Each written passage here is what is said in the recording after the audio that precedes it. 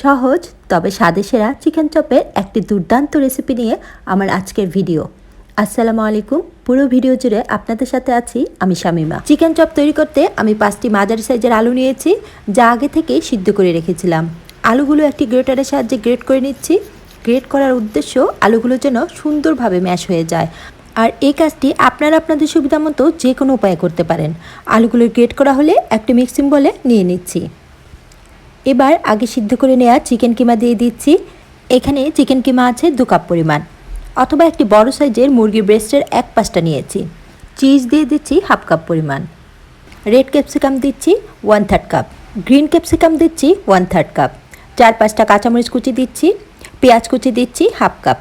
ধনেপাতা কুচি 1/3 cup. Chilli flakes দিচ্ছি 1 টেবিল চামচ।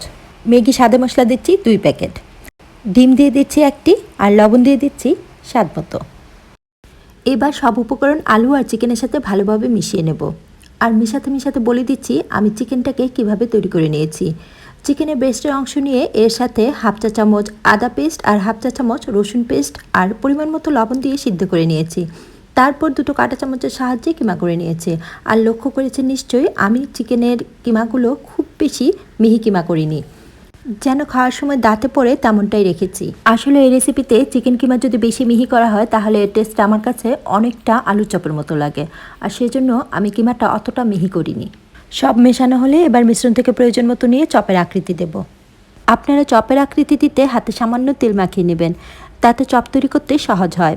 কথা বলতে বলতে আমি চপগুলো তৈরি করে নিয়েছি, আর আমি যে মেজারমেন্ট নিয়েছি তার থেকে 15টির মতো চপ হয়েছে।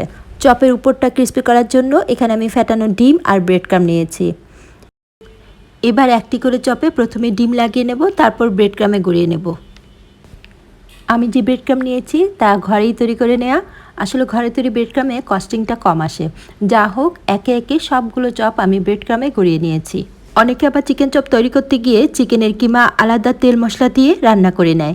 এই রেসিপিতে সেই ঝামেলাটা নেই, তাই বলে টেস্ট কিন্তু ভালোই থাকে। যা হোক, নিজের ঢোল নিজে না পিটাই, আপনারাই বরং একবার ট্রাই করে আমাকে কমেন্ট করে জানাবেন এর টেস্টটা কেমন আসে। আমরা বাঙালিরা আবার একটু ভাজা পোড়া মুখরোচক খাবারে অভ্যস্ত। যদিও স্বাস্থ্যসম্মত নয়, তারপরও পুরনো অভ্যাস ছাড়তে পারি না। দেখবেন বিকেলে চায়ের সাথে কোনো হেলদি খাবার দিলে আমাদের পেট ভরে তো মন ভরে না। তো মন ভরার জন্য এই রেসিপিটি কিন্তু পারফেক্ট।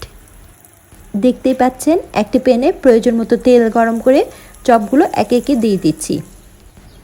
চপগুলো ভাজার সময় চুলার আঁচ মিডিয়াম থাকবে, আর খুব সাবধানে চপগুলো উল্টে পাল্টে গোল্ডেন করে ভেজে নিতে হবে। আর অবশ্যই চেষ্টা করবেন ডুবো তেলে ভাজতে। চপগুলো ভাজা হয়েছে, স্ক্রিনে লক্ষ্য করুন। চপের ঠিক এরকম একটি কালার আসলেই আমি চপগুলো গরম তেল থেকে নামিয়ে নেব। বাচ্চার টিফিনে কিংবা বিকেলে চায়ের সাথে অথবা অতিথি আপ্যায়নে এইরকম একটি মজাদার চপ আপনি অনায়াসে পরিবেশন করতে পারেন। আপনাদের বোঝার সুবিধাতে একটি চপ আমি ভেঙে দেখাচ্ছি। দেখুন ভেতরটা কতটা কালারফুল, আর খেতেও কিন্তু অসাধারণ। আশা করি আমার আজকের রেসিপিটি আপনাদের ভালো লেগেছে। ভালো লাগলে আপনারাও বাড়িতে ট্রাই করবেন। সবাই সুস্বাস্থ্য কামনা করে নতুন কোনো ভিডিও দেখা আমন্ত্রণ জানিয়ে আজ এ পর্যন্তই। আল্লাহ হাফেজ।